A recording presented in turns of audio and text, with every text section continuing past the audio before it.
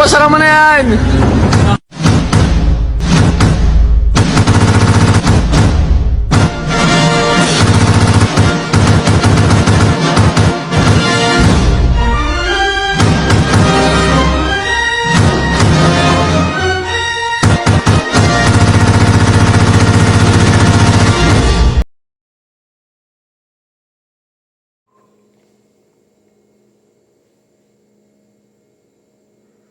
Good day everyone, especially to Miss Garcia. My name is Catherine P. Gidocos, and in today's video, my group will be presenting the topic glycolysis. Now, what is glycolysis? Glycolysis is the fundamental metabolic pathway that serves as the first step in the breakdown of glucose, the primary fuel source of most living organisms. It occurs in the cytoplasm of all cells and does not require oxygen, which is why it is often called an anaerobic process.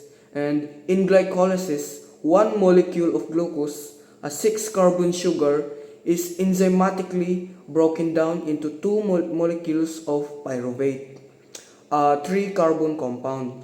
This process takes place through a series of 10 enzyme catalyzed reactions, which can be divided into two main phases: the energy investment phase, where ATP is used to prepare glucose for breakdown, and the energy payoff phase, where ATP and NADH are produced. And although glycolysis produces only a small net gain of 2 ATP molecules per glucose, it is essential because it provides cells with a quick supply of energy, especially when oxygen is limited. And additionally, it gives NADH which can later be used in other pathways such as the electron transport chain in aerobic conditions to produce more ATP. The pyruvate produced can either enter the Krebs cycle for further energy extraction if oxygen is available, or to be converted into lactate or ethanol through fermentation in anaerobic conditions. Overall, glycolysis is one of the most ancient and universal metabolic pathways found in almost all organisms, from bacteria to humans. Its importance lies not only in energy production but also in providing key intermediates for other biosynthetic processes. And without glycolysis, cells would not be able to harness energy efficiently from glucose, making it a central pathway of life. And as this presentation moves forward, the energy investment phase will be presented by my groupmate, Renel Jule Milo Trimidal. Everyone, my name is Renel Trimidal. Let's talk about the investment phase of glycolysis. The first step in this important pathway where glucose begins to be broken down into smaller, more usable molecules. We start with glucose, a 6-carbon sugar.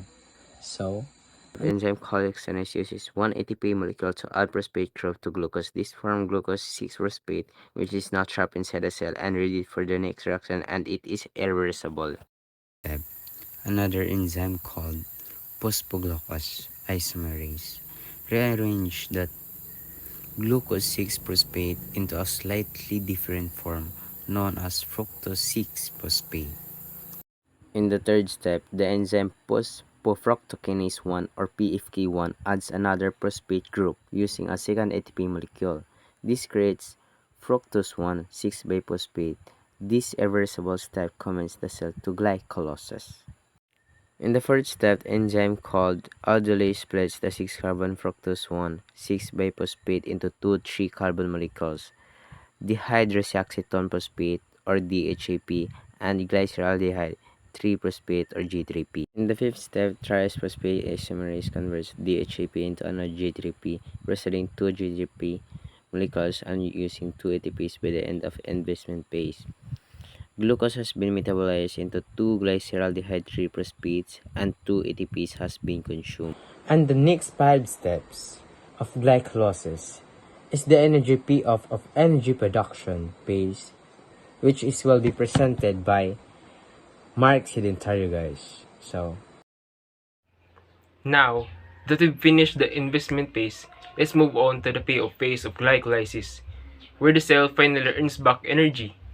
This phase covers step 6 through 10, and it's called payoff phase because it produces ATP and NADH. The enzyme glyceraldehyde 3-phosphate dehydrogenase oxidizes G3P.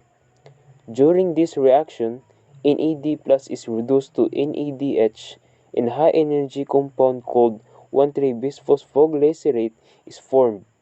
At this point, we gain 2 NADH molecules per glucose.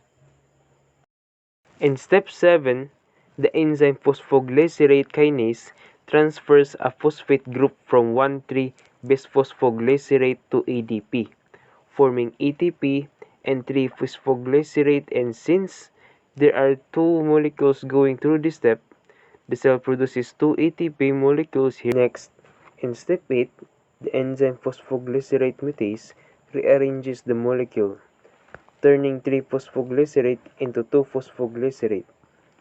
This sets it up for the next reaction.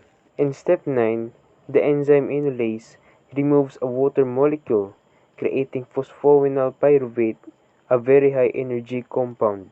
Finally, in step 10, the enzyme pyruvate kinase transfers the phosphate from PEP to ADP, producing another ATP molecule per PEP. Since we had 2 PEP, we gain 2 more ATP molecules. At the same time, we end up with 2 molecules of pyruvate, the end product of glycolysis. So, the payoff phase generates 4 ATP molecules and 2 NADH molecules per glucose. But remember, we spent 2 ATP earlier in the investment phase.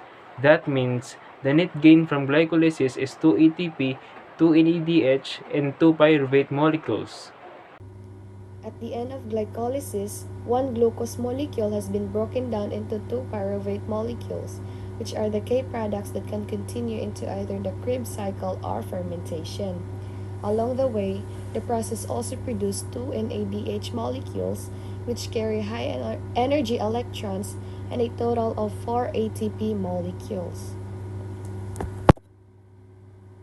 However, remember that during the investment phase, the cell spent 2 ATP molecules, so if we subtract that from the total ATP made, the net gain from glycolysis is 2 ATP molecules usable energy, 2 NADH molecules electron carries, 2 pyruvate molecules for further energy production or fermentation. In short, glycolysis gives the cell a quick and reliable supply of energy. Even though it doesn't produce a huge amount of ATP, its speed and independence from oxygen make it essential for all types of organism. Now that we've gone through the steps of glycolysis, let's wrap everything up with a summary, the learnings, and the key takeaways. Firstly, glycolysis is the very first stage of cellular respiration. It takes place in the cytoplasm and involves 10 enzyme-controlled steps. The process begins with the investment phase, where the cells uses 2 ATP molecules to prepare glucose. Then it continues with the payoff phase, where ATP and NADH are generated.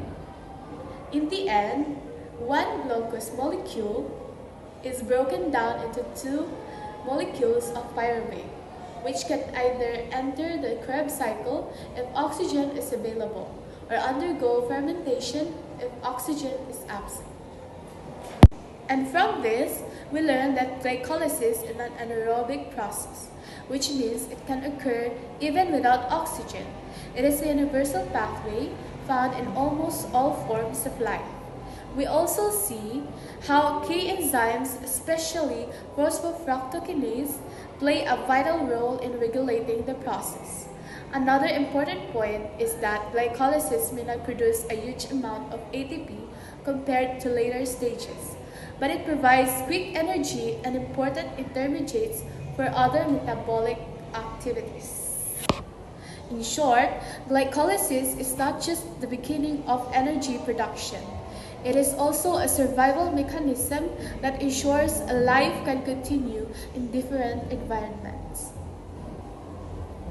To sum up the numbers, glycolysis produces a net gain of 2 ATP, NADH, and 2 pyruvate molecules from single glucose molecule. This makes it the foundation of cellular respiration and one of the most important energy pathways in biology. Its speed, efficiency, and ability to function without oxygen are the reasons it has been conserved in almost all living organisms since ancient times. In short, glycolysis is not just the beginning of energy production. It is also a survival mechanism that ensures a life can continue in different environments.